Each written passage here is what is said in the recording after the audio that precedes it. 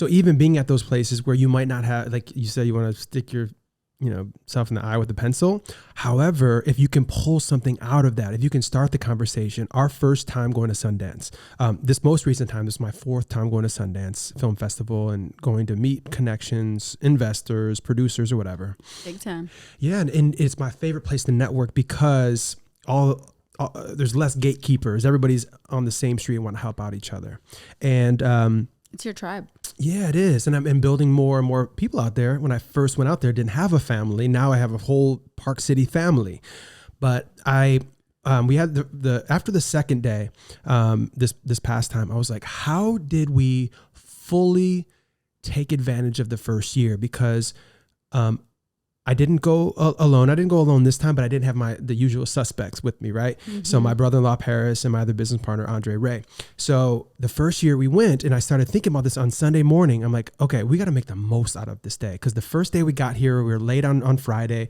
We didn't get into the party we wanted to, where there would have been a lot of really great connections. Yuli got in, but we didn't get in. Yuli, underage Yuli. Not underage. Oh, you're 21 Overage. now? What? Valentine's Day. I've known you for that long? Right on.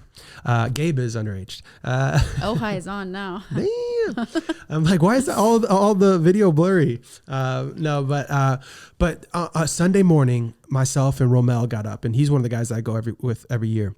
And we're walking down this cold ass street, and I'm like, how did we take advantage of the first year? And I was like, Paris, my brother-in-law, who wasn't there with us this time, and he set us up with a lot of different invites to different parties or connections that were already out there. In Paris, if you're in a room, Paris will walk up to every single person and say, hey, what do you do? And they're like, oh, I do this. Like, oh, that's cool. Here's my, business card. Also, here's, pull out your phone. And they'll pull out their phone. All right, this is our film. This is what we're doing. Boom, boom, boom. And he'll do that to every single person. I had to channel him the last day because I could do that in the club back in the day with the girls. I could talk to every single girl because it's a numbers game. But, I don't know. I've never seen that one before. Yeah, you met me past Fun Time Sally. What? I don't know. But I couldn't. But Paris can do that with business, and that is why we met the most investors, the most producers. So he is at the top of the game when it comes to that kind of stuff.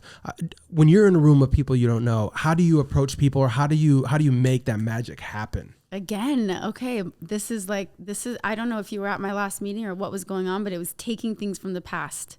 So I grew up, my grandpa invented Atlanta Drinks, and I spent a lot of time at his lab, in his office. Mm-hmm. But it was always somehow being a liaison between different compartments. Those compartments are the same boxes that I talked about earlier about, you just fit in a box. You're just a lab worker, or you're just a facilities worker, or you work in the office, or you don't fraternize, or you don't do this. And at a very young age, I was able to be exposed to so many different walks of life. And I was able to be the connector, the communicator, the glue. I was able to read people to know, okay, maybe if someone handled the situation a little bit differently, they would have gotten a different reaction.